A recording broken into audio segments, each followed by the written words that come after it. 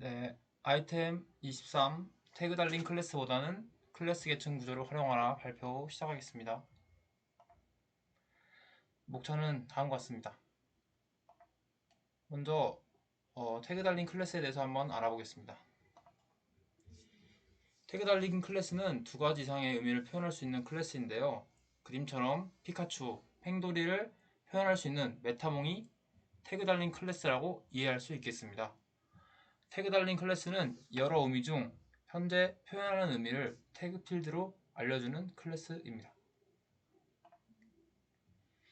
태그 달린 클래스를 코드를 보면서 한번 이해해 보겠습니다. 이 태그 달린 클래스는 figure라는 클래스로 도형을 의미하는 클래스인데요. 1번 코드 필드 부분을 보면 원과 사각형이라는 의미를 네모쳐진 곳에 있는 shape 태그 필드로 표현을 하고 있습니다. 그리고 2번 메서드 부분을 보면은 원과 사각형을 위한 생성자가 각각 있고 area 메서드라는 것이 있는데 여기서는 경우에 따라 다른 값을 반환하고 있는 것을 볼 수 있습니다.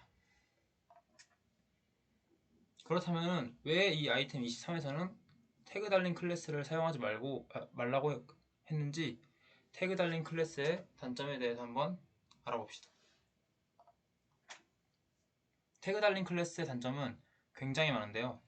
먼저 첫 번째로 쓸데없는 코드가 많습니다. 그리고 가독성도 나쁩니다. 그리고 또 메모리도 많이 사용한다고 하는데요. 이런 단점들을 한번 더 자세히 알아보겠습니다. 앞에 figure 클래스, 즉 태그 달린 클래스 코드를 다시 가져왔습니다. 보면은 태그 필드, 그리고 원용, 사각형용 생성자, 스위치문 등 아주 잡다한 코드들이 많습니다. 그리고 원에 대한 구현, 사각형에 대한 구현이 한 클래스에 같이 있는데요.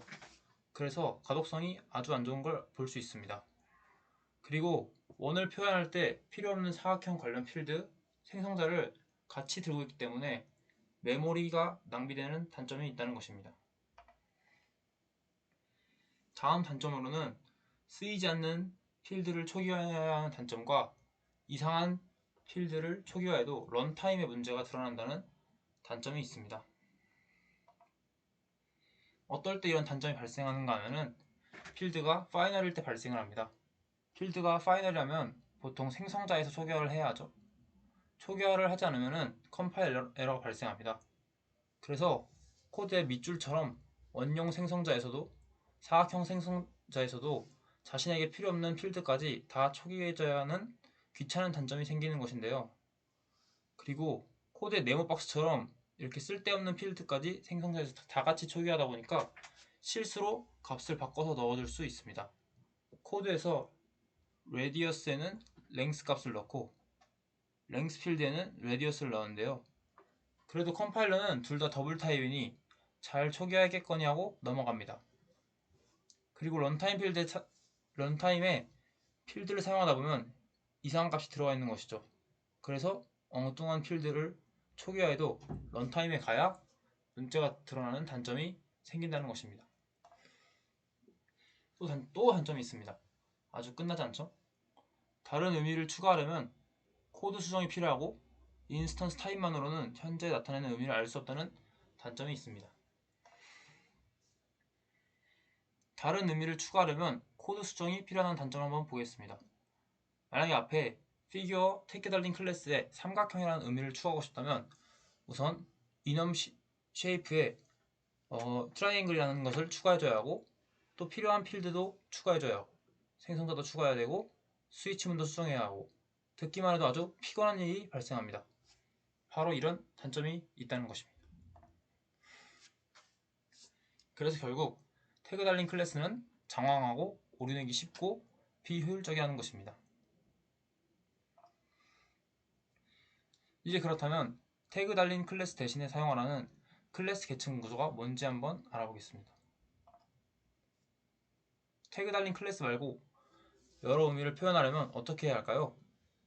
그림처럼 2인자라는 클래스에서 박명수, 홍진호, 이수근, 윤종신 등 여러 의미를 표현하고 싶은 것입니다.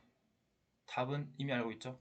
바로 클래스 계층 구조를 활용하는 서브 타이핑을 사용하면 됩니다. 태그 달린 클래스는 클래스 계층 구조를 어설프게 흉내내는 것이라고 합니다. 클래스 계층 구조는 알겠는데 그러면은 클래스 계층 구조를 활용하는 서브 타이핑이 뭘까요? 서브 타이핑에 대해서 한번 알아보겠습니다. 상소의 용도에는 크게 두 가지가 있다고 하는데요. 먼저 첫 번째 용도로는 타입 계층을 구현하기 위해 상속을 사용한다는 것입니다. 즉 자식 클래스에서 부모 클래스의 성질을 받고 거기에 대해 특수화를 할 때 상속을 사용한다는 것입니다. 그리고 두 번째 용도로는 다른 클래스의 코드를 재사용할 목적으로 상속을 사용하는 것인데요. 여기서 첫 번째 용도가 서브 타이핑이고 두 번째 용도가 서브 클래싱이라고 합니다. 그래서 상속은 서브 타이핑의 용도로만 사용해야 한다고 합니다. 서브 클래싱 용도는 상속보다는 앞에서 배운 컴포지션을 사용하는 것이 맞다고 합니다. 그래서 클래스 계층 구조를 활용하는 서브 타이핑이 무슨 의미인가 하면은 상속으로 클래스 계층 구조를 표현하라는 의미입니다. 그래서 결국 태그 달린 클래스보다는 클래스 계층 구조를 활용한 상속으로 여러 의미를 표현하자는 소리입니다. 그러면 이제 태그 달린 클래스 말고 클래스 계층 구조를 사용해야 하니 어떻게 태그 달린 클래스에서 클래스 계층 구조로 바꿀 수 있는지 한번 알아보겠습니다.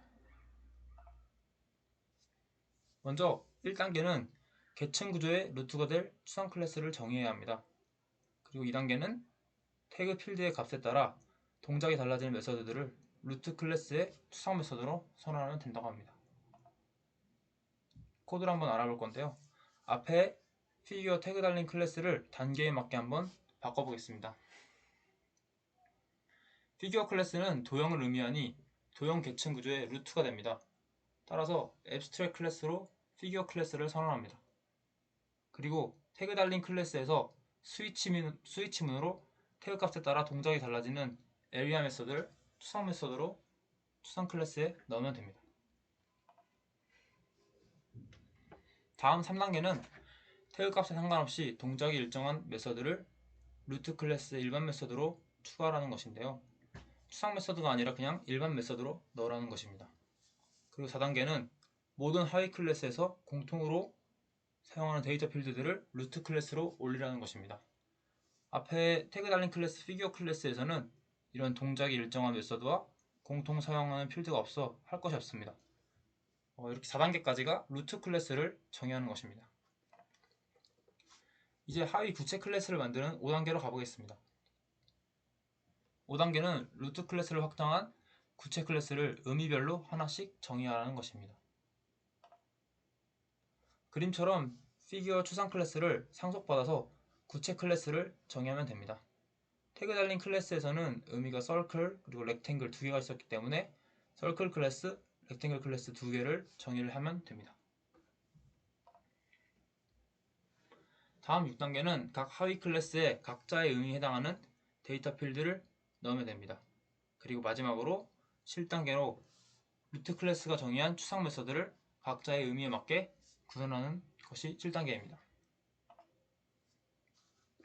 그래서 서클 클래스에서는 필요한 레디어스 필드를 넣고 렉탱글 클래스에서는 랭스, 위스 필드를 넣습니다. 그리고 각자의 의미에 맞게 에리아 추상 메서드를 구현하면 태그 달린 클래스를 클래스 계층 구조로 바꿀 수 있는 것입니다. 이제 태그 달린 클래스는 버렸습니다. 이제 클래스 계층 구조를 사용하면 되는데요. 이 클래스 계층 구조의 장점을 마지막으로 한번 알아보겠습니다. 클래스 계층 구조의 장점은 아까 태그 달린 클래스의 단점보다 더 많습니다. 이 장점들을 다 적을 수 없고 지금 여기 있는 걸 다 읽을 필요도 없습니다. 쉽게 말하면 클래스 계층 구조의 장점은 태그 달린 클래스의 단점을 다 없애준다는 것입니다. 클래스 계층 구조로 바꾸면 태그 달린 클래스에서 나타난 앞의 단점들을 다 제거해줍니다. 그래서 결론적으로 아이템 23에서 태그 달린 클래스보다 클래스 계층 구조를 활용하라고 한 것입니다. 앞에서 클래스를 작성하는데 태그 달린 클래스처럼 작성이 된다면 클래스 계층 구조를 활용해서 클래스를 한번 바꿔봅시다. 이상 발표 마치겠습니다. 감사합니다.